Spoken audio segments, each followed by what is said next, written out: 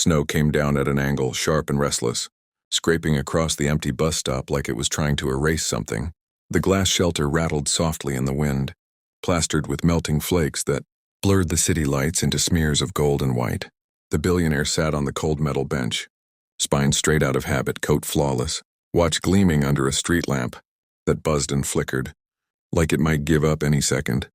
His coffee had gone untouched, steam thinning into nothing, just like the warmth he no longer felt. Cars rushed past in streaks, full of people going somewhere they mattered, while he stayed perfectly still, staring ahead, counting his breath as it fogged the air and vanished. Christmas lights blinked down the street, cheerful and distant, mocking the silence around him. For the first time all day, there were no assistants, no calls, no deals. Just the cold pressing in and a hollow ache spreading through his chest, heavy enough to make him wonder why all that money couldn't buy a reason to stand up and leave. A small shape emerged from the darkness beyond the streetlight, footsteps soft and uneven against the snow.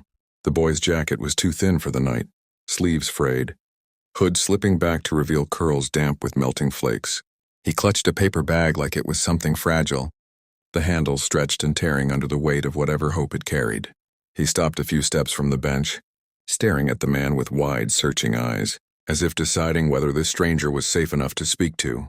When he finally did, his voice was quiet but steady, practiced in disappointment. "Mom said Santa forgot us again." The words hung in the cold air, heavier than the snow. The billionaire felt them hit him somewhere deep and unguarded, a place no quarterly loss had ever reached. He looked at the boy's bare knuckles, the way his shoulders trembled against the wind, and something inside him tightened, an unease he didn't yet recognize as the beginning of connection. The man's first instinct was retreat, eyes dropping, shoulders tightening, the familiar shield sliding back into place. He had mastered distance. It was how he survived. He shifted on the bench, preparing to stand, to step past the moment like he stepped past everything else. But the boy didn't move. Snow gathered on the child's hair, melting and darkening the curls, and his breath came out in quick, shallow puffs that betrayed how cold he really was. The billionaire noticed the boy's hands shaking now, the paper bag crinkling softly with each tremor, and the practiced loneliness in his eyes, too old for someone so small. The man swallowed, throat tight, and forced himself to look fully at him. "Where's your mom?" he asked, his voice lower than usual, stripped of command, almost unsure. The question surprised him as much as it did the boy. It wasn't strategy or courtesy. It was concern slipping out before logic could stop it. For a moment the city noise faded, replaced by the soft hiss of falling snow and the heavy beat of the man's heart as he waited, realizing that whatever answer came next was going to change the night in ways he couldn't calculate or control. The boy hesitated, eyes drifting past the man toward the long, dim stretch of road as if the answer lived somewhere out there. "At the shelter," he said finally, lifting one small shoulder in a tired shrug. Snow had soaked through his jeans, darkening the fabric at the knees. "They said it's full tonight. People were sleeping on the floor already." He tightened his grip on the paper bag, knuckles whitening.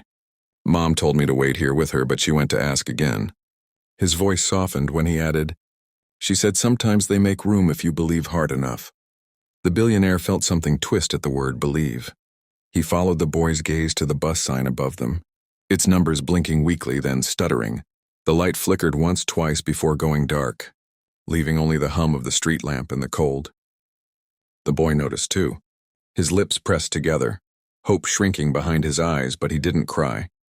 He just stood there, small and steady in the snow, waiting for a miracle or a bus, whichever decided to come first. A sudden shout ripped through the quiet, slurred and sharp, bouncing off brick and glass. The sound came from the alley across the street, followed by uneven footsteps crunching through snow too fast, too close. The boy's body reacted before his mind could. He froze, then slid back instinctively, bumping into the man's knees. His fingers latched onto the billionaire's coat, small and desperate, gripping the expensive fabric like it could stop whatever was coming. The man felt it, the tug, the trust, and his pulse spiked hard. He stood up without thinking, placing himself between the boy and the darkness, shoulders squared, breath shallow. A shadow stumbled into the edge of the light.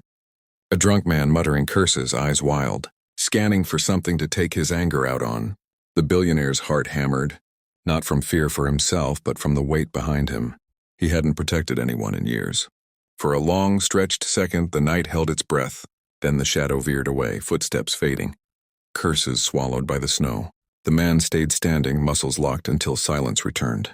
Only then did he feel the boy's grip loosen slightly, still holding on, but believing just a little that he was safe. The silence afterward felt louder than the shout had been, heavy and ringing in the billionaire's ears. He slowly lowered himself, knees touching the cold ground, bringing his face level with the boy's. Up close, he could see everything. The faint dirt smudges on the child's cheek, the way his eyelashes clung together with melted snow, the careful control in his expression, like he'd learned early not to fall apart in public. The man's chest tightened, a sharp pressure spreading behind his ribs, unfamiliar and unwelcome. He hadn't been this close to anyone in years, not without glass walls or contracts in between. "It's okay now," he said, but the words were as much for himself as for the boy. The child nodded, though his eyes stayed alert, searching the dark. Something inside the man cracked quietly, not breaking, just opening. He reached into his coat and pulled out his phone. The screen lighting his face, board meetings, security alerts, a life of distance. His thumb hovered, trembling, then tapped a number he'd never used for something like this. As the call connected, cold biting through his knees, he realized he was afraid, not of loss or risk, but of what it meant to finally care and not know if he could fix what stood in front of him. Headlights cut through the falling snow, slow and deliberate, washing the bus stop in a warm amber glow that felt unreal after so much cold. The van rolled closer, tires hissing against the slush, its engine humming steady and calm, like it knew exactly why it was there. The side door slid open, releasing a breath of heat and the soft sound of voices inside, low, gentle, human.